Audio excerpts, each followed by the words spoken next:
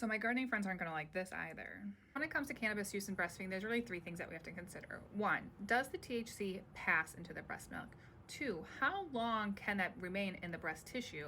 And 3, what is the effect on the baby? For the first point of does THC go into the breast milk, we have very clear data on this, and the answer is yes. THC does go into the breast milk.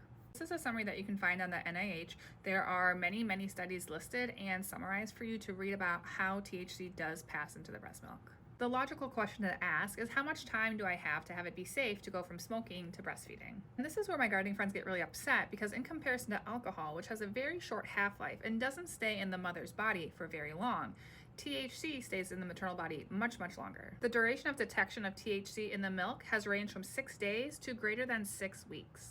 The last question to ask is, how does this affect the baby who's drinking the breast milk? And this is where it gets really frustrating, because we don't have great data that tells us really the effects of this long term. So there's one study that was done that did show that it slowed down the motor development of the baby, but then another study showed that there was no differences, but then they said the limitation was that it wasn't a long-term study. And a registry study out of New Zealand showed that it may increase the risk of autism, but again, those aren't great studies either. So the stance of the major medical organizations is, because we don't have good evidence of long-term safety of use, we really recommend abstaining during breastfeeding.